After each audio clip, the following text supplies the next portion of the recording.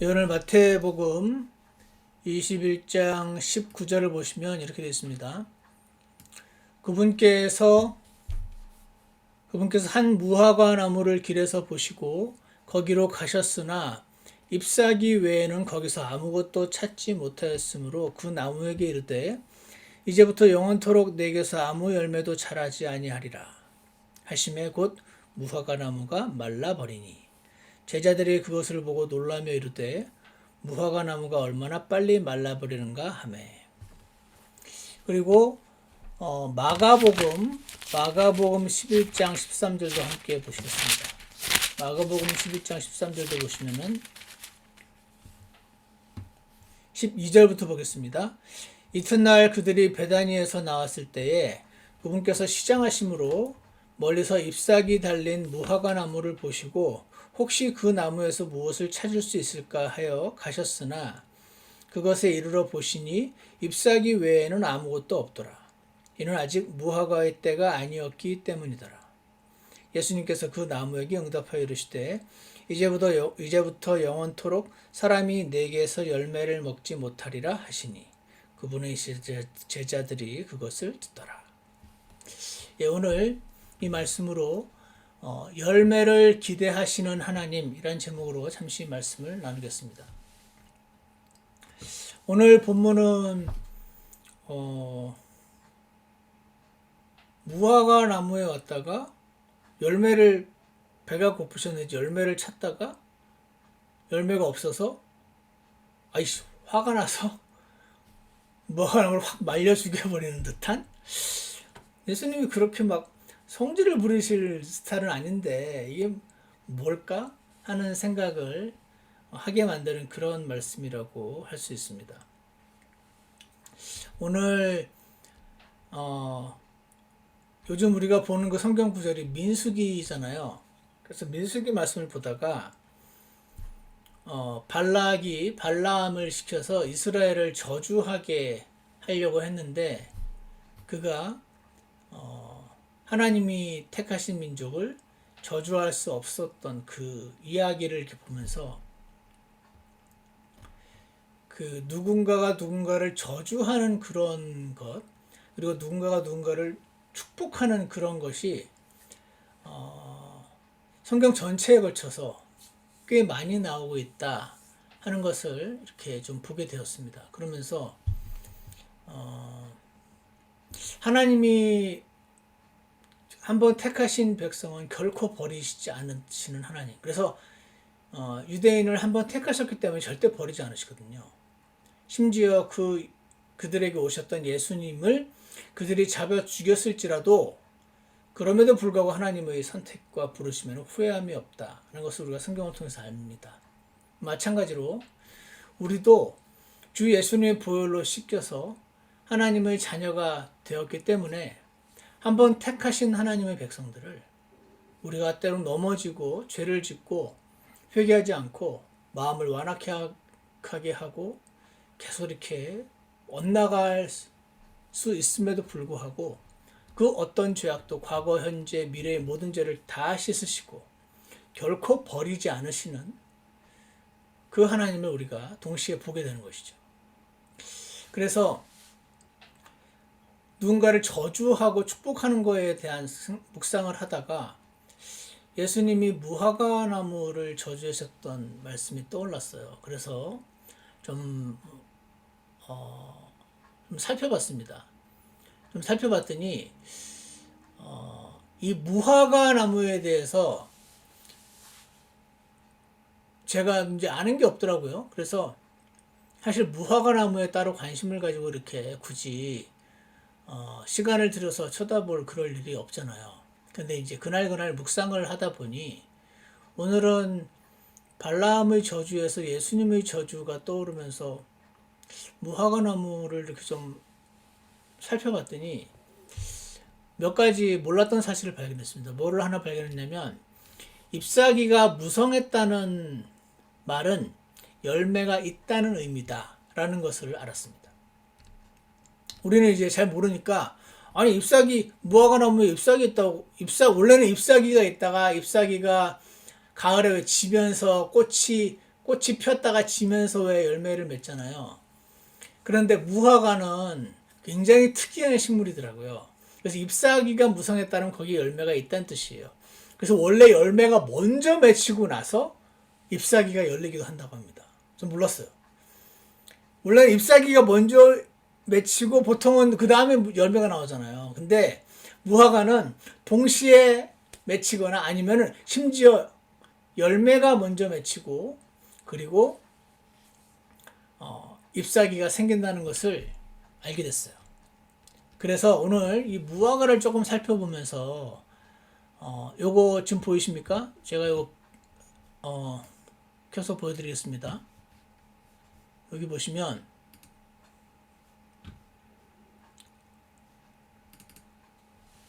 요거 보이시죠? 인터넷에서 그냥 무화과 쳤어요. 위에 이 무화과가 여러분과 제가 일반적으로 아는 무화과고요. 요 밑에 이런 무화과 먹어보셨습니까? 이게 아주 최상품 무화과이면서 엄청 맛있고 그런 무화과라고 합니다. 자, 이걸 제가 보여드린 이유는 이런 게 있답니다. 뭐냐면은 뭐가 있냐면요. 방금 우리가 봤던 그 무화과를 따보면 저기 무화과 열매처럼 생겼지만 그래서 우리가 그 안에 있는 그 겉에 그 초록색 껍질 속의 그 안에 있는 부분을 원래 먹잖아요. 근데 우리가 먹는 부분이 무화과의 꽃이래요. 꽃. 열매가 아니래요. 그 열매처럼 보이는 겉에 그 초록색 껍질은 그게 꽃봉오리래요. 그 꽃봉오리가 있고 꽃이 안에 있는데 이게 무화과는 꽉 막혀가지고 원래는 꽃이 이렇게 있으면 거기에 벌이 와서 나비가 와서 그 꽃가루를 묻혀가지고 그 피메일 꽃에 가서 이렇게 수정을 시키잖아요. 그래서 벌과 나비가 돌아다니면서 그 꽃가루를 옮겨서 그게 이제 결합이 돼가지고 그게 열매로 맺혀지는 건데 무화과의 경우에는 저거 자체가 꽃이고 저 속에 있는 저거 꽃이고 겉에 있는 게 꽃봉오리라는 거죠. 그래서 우리 눈에 보이는 그 초록색 껍질은 사실 꽃받침이며 내부에 붉은 것이 꽃이다. 그래서 속에 빽빽한 꽃들에 그러니까 이 과일처럼 이렇게 돼가지고 그 안에 꽃이 있으니까 벌이 그 안으로 못 들어가잖아요. 그죠? 그래서 보통 나비나 벌들은 그 안에 그 꽃에 들어갈 엄두도 못 내고 들어갈 수가 없는데 무화과 말벌이라는 게 있대요. fig wasp. 그러니까 진짜 그 와스프인데 제가 사진을 보니까 조금 까만색 벌레인데 무화과 말벌이 그 이렇게 돼 있으면은 그 밑에 있는 그 조그만 구멍을 파고 들어가가지고 무화과 말벌이 그 안에 들어가는 거예요. 그래서 우리가 볼 때는 열매 속에 벌레가 들어가 있는 마치 그 밤 따면 밤 속에 그 벌레 들어가 있는 것 같은 느낌인데 사실은 그게 그 안으로 들어가서 안을 수정시키는 폴리네이션을 시키는 역할을 하는 거라고 합니다. 그래서 그 무화과 말벌들이 그 속으로 기어 들어가서 꽃들을 수정시켜 줍니다. 그래서 수정이 된 무화과가 있고요. 수정이 되지 않은 무화과가 있는데 겉으로 볼 때는 큰 차이가 없는 거예요. 속이 아까 본 것처럼 달라지는 거죠. 그래서 외관상으로는 별로 차이가 없는데 껍질이 꽃받침이니까 이제 변하는 게 없기 때문이죠. 하지만 열매를 이렇게 갈라보면 그 차이를 알 수 있는데 갈라서 보면 촘촘한 꽃들과 딸기 씨앗 마냥 자글자글한 알맹이들이 있고 이것이 무화과의 열매이자 씨앗이어서 수정된 열매가 충분히 익으면 꽃받침이 갈라지고 벌어져서 씨앗을 퍼뜨릴 준비를 한다. 그래서 이 열매를 이제 다른 동물들이나 곤충들이 먹으면서 무화과를 퍼뜨린다. 이 동물의 왕국이라든지 이런 거 되게 신기해하시는 분들 많이 계시던데 저는 원래 그런 거 별로 관심이 없거든요. 근데 이 무화과 이거는 이거 되게 신기하다라고 오늘 생각을 했는데 찾아보진 않겠지만 예레미야서 24장 2절에 보시면 이런 말씀이 있습니다. 한 바구니에는 처음 익은 무화과 같이 심이 좋은 무화과들이 있고, 이게 그 벌레 와스비 말벌이 들어가서 수정시킨 무화과, 아까 제가 보여드린 사진의 그 밑에 부분 더 막 빨갛고 맛있어 보이는 그게 좋은 무화과들이 있고요. 다른 바구니에는 너무 나빠서 먹을 수 없는 심이 나쁜 무화과들이 있더라. 이렇게 써 있어요. 자, 그래서 제가 오늘 어떤 사전을 찾아봤더니 무화과 나무는요, 열매를 아주 천천히 맺는데요. 왜냐면 무화과가 있으면은 처음에 카프리 피그라고 불리는 그 무화과의 종류가 한 4종류인가가 있더라고요. 근데 그 중에 카프리 피그, 이게 아까 그 말벌이 들어가서 그 안에 꽃을 수정을 시키기 전의 상태. 그래서 이거는 inedible fig, 그러니까 못 먹는 무화과래요. 이 못 먹는 무화과라도 있으면, 그 안에 지금 벌레가 들어가 있으면 시간이 걸리면은 그게 수정이 돼가지고 맛있고 최상품의 무화과가 시간이 지나서 열리는 거다, 이렇게 설명이 되어 있어요. 그래서 무화과 나무는 아주 열매를 천천히 맺는다고 합니다. 그래서 누가복음 13장 6절에 이런 말이 있더라고요. 그분께서 또한 이 비유를 말씀하실 때 어떤 사람이 자기 포도원에 무화과 나무 한 그루를 심게 하고, 여기 제가 찾아봤더니 포도원에 포도만 심지 않고 무화과 나무도 같이 심는 경우가 많대요. 그래서 포도원에 무화과 나무를 심었다는 말이 나오는 겁니다. 그래서 와서 그것을 열매를 구하였으나 하나도 찾지 못하니라. 이에 그가 자기의 포도원 지기에게 이르되, 보라, 내가 이 3년 동안 와서 이 무화과 나무에서 열매를 구하되 하나도 찾지 못하였으니. 그러니까 이 무화과는 굉장히 천천히 익는 열매인 거죠. 아까 그 와습이 들어가서 수정시키고 하는 과정이 필요하기 때문에 오래 걸리는 거예요. 그것을 베어버리라. 어찌하여 그것이 땅을 버리게 하겠느냐 하매, 그가 대답하여 그에게 이르되, 주인이여, 내가 그것의 주위를 파고 그것에 거름을 줄 때까지 금년에도 그것을 그대로 두소서. 만일 그것이 열매를 맺으면 좋으려니와 그렇지 않으면 그 뒤에 그것을 베어버리소서 하였느니라 하시니라. 누가복음 13장 6절부터 9절 말씀이에요. 자, 그래서 처음에 이 fig wasp, 이 벌레가 무화과 열매 안으로 들어가서 꽃을 수정시키고, 근데 수정시키기 전 무화과는 못 먹는 무화과 열매로 그거를 male fig, 순놈 무화과라고 부른다고 합니다. 그래서 시간이 3년, 4년, 5년 지나면서 처음으로 수정이 되어서 최상품의 맛을 자랑하는 먹을 수 있는 무화과 열매, female fig가 열리게 된다고 합니다. 그래서 예수님께서 무화과 나무를 보시고 잎은 무성하니까, 잎이 무성하단 말은 무화과 나무의 특성상 그 카프리 피그, 못 먹는 열매라도 있어야 되는 상황인 거예요. 그게 당연한 거죠. 그래서 가봤더니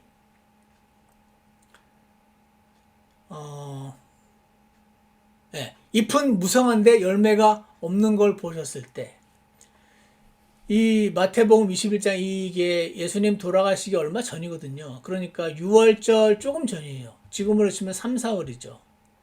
이 무렵이 원래 무화과 열매를 맺는 시기가 아닙니다.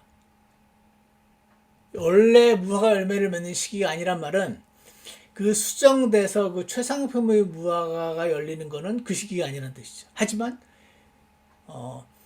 그 아까 말한 그 카프리 피그, 걔는 수시로 계속 열매가 열린다는 거예요. 그러니까 메일 카프리 피그, 그 못 먹는 무화과 열매가 수정된 최상품의 피메일 피그를 우리가 구분하지 못할 때, 지금은 무화과 나무일 때도 아닌데 왜 무화과 나무 찾고 괜히 없다고 그러니까 이거를 무화과 나무를 확 말라버리게 하신 건 아니구나 하는 것을 알 수가 있습니다. 성경에서 예수님을 보면은 예수님은 충동적이신 분이 아니세요.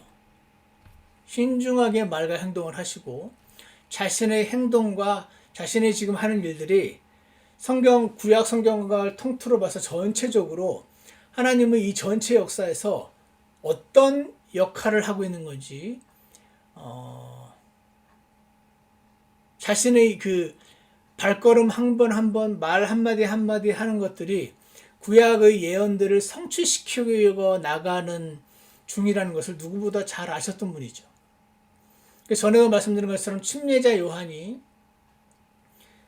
유대인들을 향해서 침례를 받게 하고 그 물속에 들어가서 씻는 그 의식을 하게 할 때, 그거 원래 유대인은 안 하는 거거든요.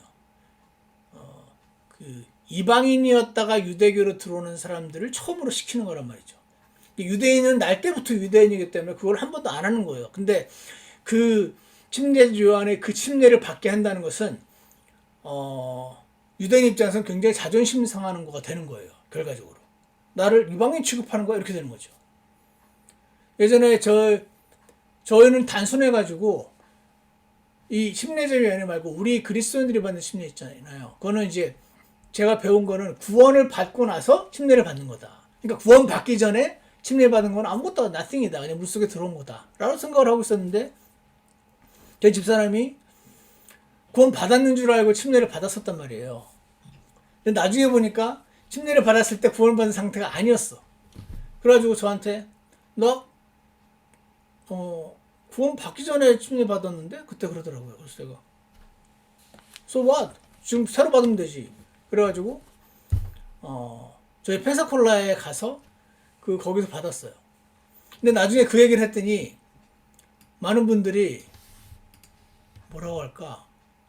그러니까 자기가 내가 침례를 받은 지가 되게 오래된 사람이면 약간 뿌듯한 그런 게 있는지 잘 이해를 못 하시기도 하고, 제 말 무슨 말인지 이해가시죠? 그러니까 내가 지금 믿음 생활을 오래 했는데 내가 구원받기 전에 침례를 받았다가 이제 와서 새로 침례를 받는 게 약간 자존심 상하는 그런 거 한국 사람이나 동양 사람들로 이해 가실 거 아니에요. 그러니까 내가 이 대단한 유대인인데 지금 이방인들이 들어올 때 하는 그 침례를 나보고 받으라고? 이렇게 될 수 있는 상황이었다는 거 말입니다. 일반 유대인들이 보기에도. 그럼에도 불구하고 마음이 약고 겸손한 유대인들이 나와서 침례를 받았잖아요.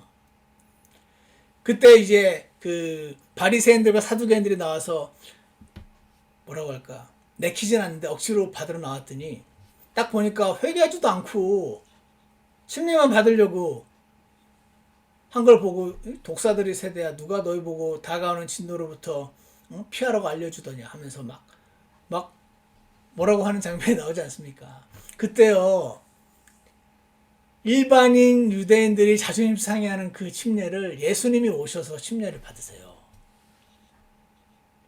하나도 자존심 상해하지 않으시고 오히려 침례를 주는 침례자 요한이 아이고 제가 당신으로부터 침례를 받아야 할 판인데 어찌 당신이 저 같은 사람에게 침례를 받으십니까? 이렇게 말하셨을 때 예수님은 그게 충동적으로 나도 받고 싶어 나도 받아야지 이렇게 하셨던 게 아니었거든요. 지금은 이렇게 하는 것이, 이렇게 해서 의를 이루는 것이 합당하니라. 그렇게 말씀하시는 장면이 나오죠. 그러니까 예수님이 침례를 받으시는 것조차 충동적으로 하고 싶어서 하고 자존심 상해서 안 하고 이런 게 아니었어요. 하나님의 뜻 가운데서 한 번 한 번을 신중하게 하시는 분이었단 말이죠. 그러면은 이런 예수님인데 그 무화과 나무에 잎사귀가 무성한데 열매가 없는 것을 보고 왜 화를 내셨을까? 오늘 생각을 하다가 대단한 건 아니지만 하나님이 열매를 사람도 그렇잖아요. 여러분과 저도요. 집에 예를 들어서 고추나 부추나 뭐 심죠? 뭐 여러 가지 많이 심으시는데 상추는 잎이구나. 하여튼 그런 뭔가 열매가 맺히는 뭔가를 심을 때 전부 기대합니다. 열매가 맺히길 기대하죠. 열매가 맺힐 걸 생각하고 심는 거란 말이에요. 근데 안 맺히면 괜히 땅의 지력만 축내고 열매를 못 맺으니까 다른 식물들이 열매를 맺게 하기 위해서 걔를 잘라버리죠. 가지치기를 하기도 한다고 하기도 하고 밭 맨다고 논 맨다 밭 맨다고 하는 게 그런 표현인 것 같던데, 사람도 그럴진데 하나님도 나무를 심으면 거기서 열매를 얻기를 기대하신다는 겁니다. 근데 그분은 오래 참으시는 분이거든요. 인내하세요. 금방금방 열매를 원하진 않으세요. 나쁜 무화과 열매가 맺힌 것을 보기만 해도 나쁜 무화과 나무, 즉 카프리 피그만 있었어도, 그러니까 잎사귀가 무성했었던 거죠. 당연히 카프리 피그가 있든지 아니면 제대로 된 피그가 있을 수도 있고, 가서 봤는데 카프리 피그조차 없는 것을 보시고, 그것을 보면서 나쁜 무화과 열매라도 있었으면 그건 이제 시간 문제예요. 시간만 1년, 2년, 3년 주면 이제 좋은 열매를 맺을 수 있다는 뜻이거든요. 근데 나쁜 카프리 피그조차 없다는 말은 지금 그 와스비 그 안에 들어가지도 않았다는 뜻이고, 그러니까 나쁜 피그 자체도 없다는 뜻은 앞으로 시간이 간다고 해서 그 좋은 무화과 나무가 열릴 수 있다라고 생각할 수조차 없는 상황이라는 거죠. 그래서 제가 오늘 이 말씀을 묵상을 하면서 성경에서 무화과 나무가 이스라엘을 상징을 하는 경우가 많거든요. 오늘 제가 찾아보진 않겠지만 아까 어디 나왔더라? 예레미야서 24장 1절부터 8절을 비롯해서 여러 성경 구절을 보면 이스라엘을 향해서 무화과 나무로 보세요. 무화과 나무로 이렇게 비유를 하십니다. 그래서 열매는 무성한데, 그러니까 막 종교적인 열심도 많아. 영적인 말, 입만 벌렸다면 막 영적인 말을 해. 기도도 많이 해. 성경도 많이 본다 그래. 잎사귀가 막 무성한 거예요. 그런데 정작 실제 열매, 예수님이 찾으셨던 열매는 그들이 자신의 잘못을 회개하고 그들의 왕으로 오신 메시아를 받아들이는 것이 예수님이 기대하셨던 열매인데, 그들이 일부 물론 예수님을 받아들이긴 했으나 마태복음 13장을 기점으로 예수님을 믿지 않기로 마음을 사셨던 그것이 벌써 시간이 지나서 지금 마태복음 21장까지 온 상태이므로 이제 예수님을 믿는, 예수님을 메시아로 받아들이는 그 열매를 아예 기대조차 할 수 없는 그 이스라엘을 상징해서 하나님께서 이스라엘을 저주하신 그것을 보여준다. 여러 신학자들이 그렇게 설명해 놓습니다. 그래서요, 초대교회 때 많은 크리스찬들이요, 이방인 출신 크리스찬들이 자기가 보니까 AD 70년이 넘었어요. 유대인 성전이 막 무너지는 거예요. 로마 제국이 와가지고 유대인 성전을 다 무너뜨렸어요. 수많은 유대인들이 막 죽임을 당해요. 근데 나는 이방인 출신이에요. 구원을 받았어요. 그리스도인이 됐습니다. 근데 지금까지는 유대인이, 예수님도 유대인 출신이고 초창기 12제자들도 전부 유대인 출신 크리스찬이고, 그러니까 유대인들을 향해서 뭔가 이렇게 리더라고 생각했던 이방인 출신 크리스찬들이 보니까 유대인들은 우리보다 잘 믿지도 않고 예수님을 잡아 죽인 죄의 대가를 받는 것처럼 보이고, 성전은 무너지고 죽임을 당하고, 이들이 그들에게 오셨던 메시아를 로마 제국의 손을 빌어서 예수님을 죽여버린 대가를, 지금 대가를 치는구나. 이제 이스라엘을 향해서 주셨던 약속은 다 우리 거다 라는 생각이 자연스럽게 들어오게 되었어요. 그런데 굉장히 make sense 되잖아요. 여러분은 저한테 이 말을 여러분들에서 잘 아실지 모르지만 대한민국 교회 10개 중에 9개는 이렇게 믿고 있습니다. 유대인은 버림받았다. 유대인은 왜 버림받았나? 그들이 예수님을 잡아 죽였기 때문이다. 그러면 이스라엘을 향했던 약속들은 다 이제 우리 거다, 우리 거, 교회 거다. 구약에 나타나는 모든 축복, 나가도 축복, 나가도 복을 받고, 들어와도 복을 받고, 머리가 되고 꼬리가 되지 않고, 이 모든 축복들 다 우리 거다. 이제 크리스찬들 거다. 이스라엘에게 주셨는데, 아니야. 이스라엘에 주셨었지만, 이제 그들은 replaced 됐다.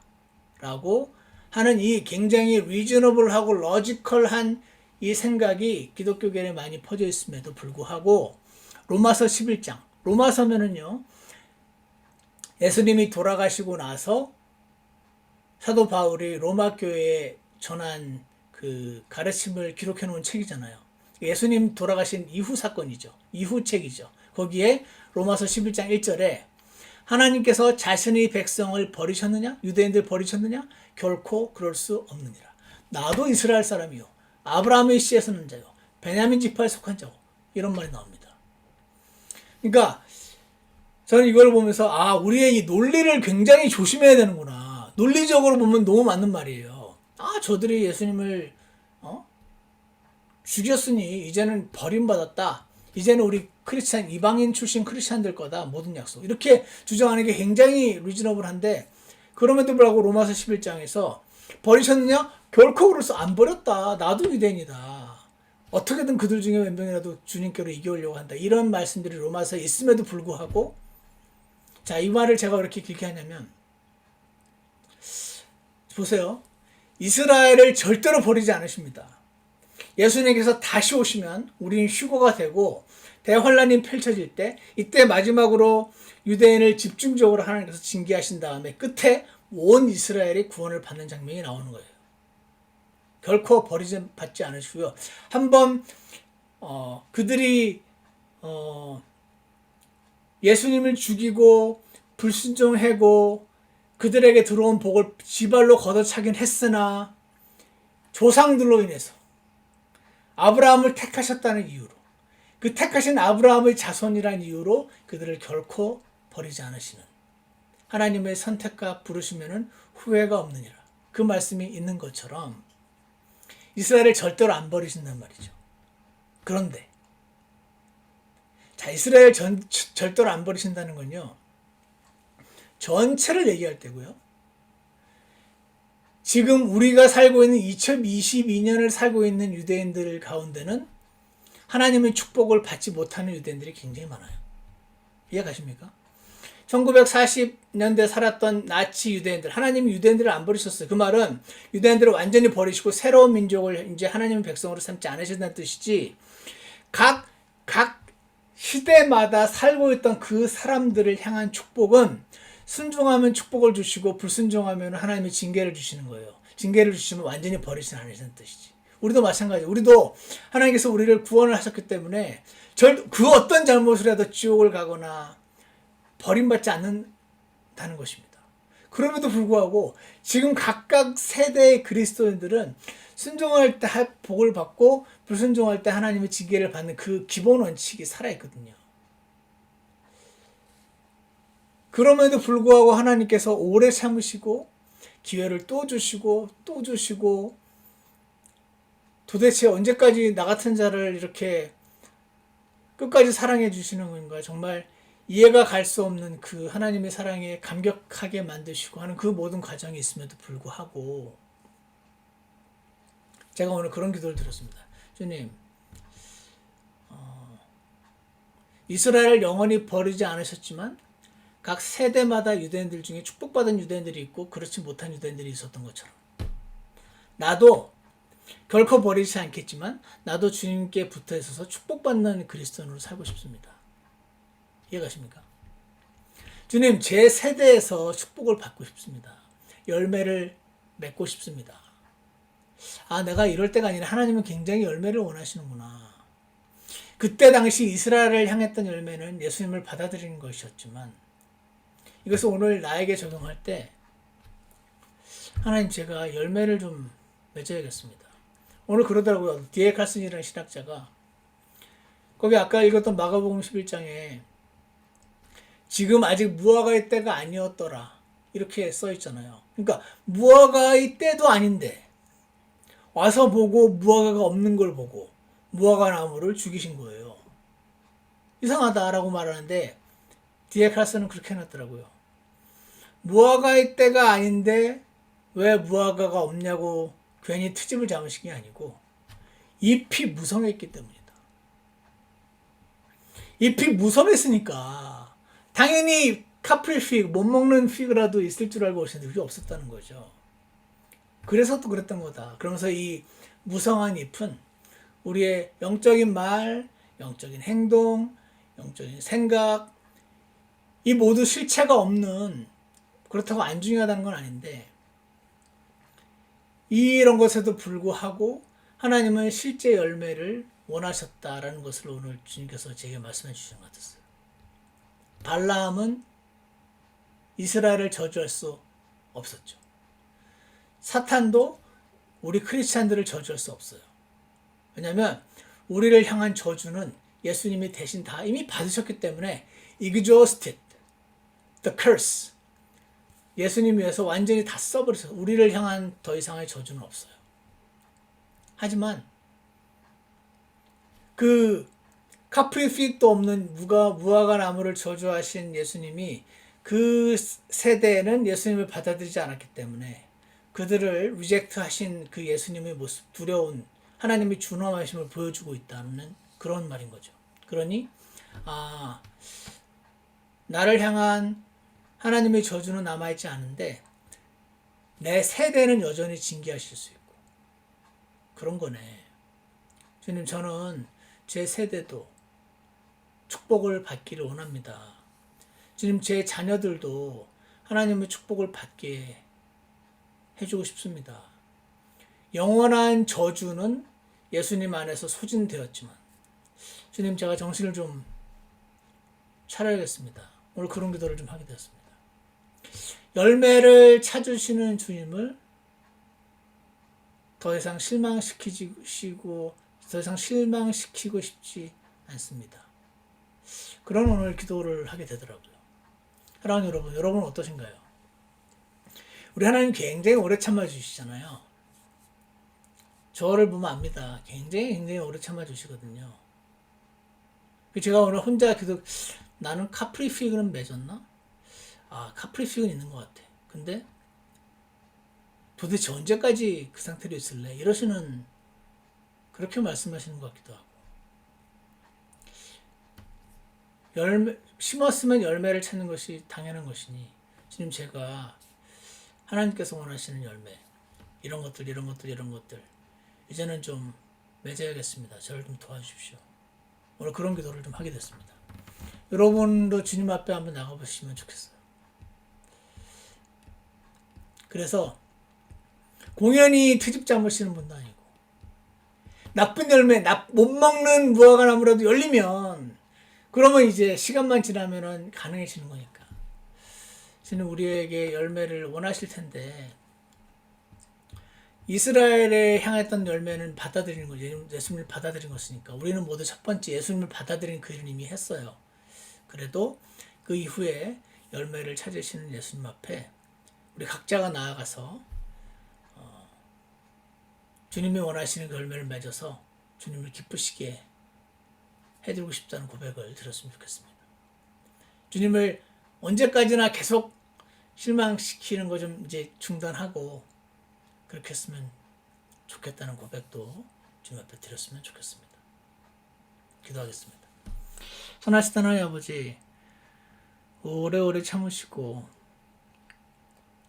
그리고 금방금방 화내시지도 않고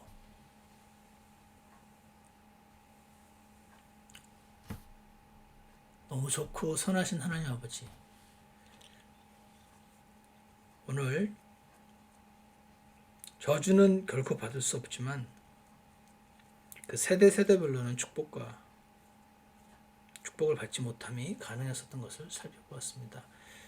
이스라엘은 저주하시지 않지만, 영원히 버리시지 않지만 그 세대의 유대인들은 하나님께 큰 무서운 심판도 받았었음을 기억합니다.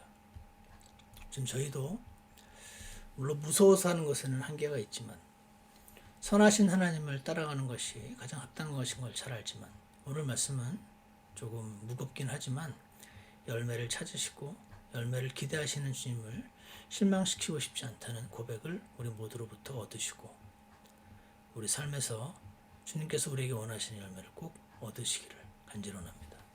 예수 그리스도 이름으로 부탁드렸습니다. 아멘. 우리 다 같이 잠시 기도하는 시간 갖겠습니다.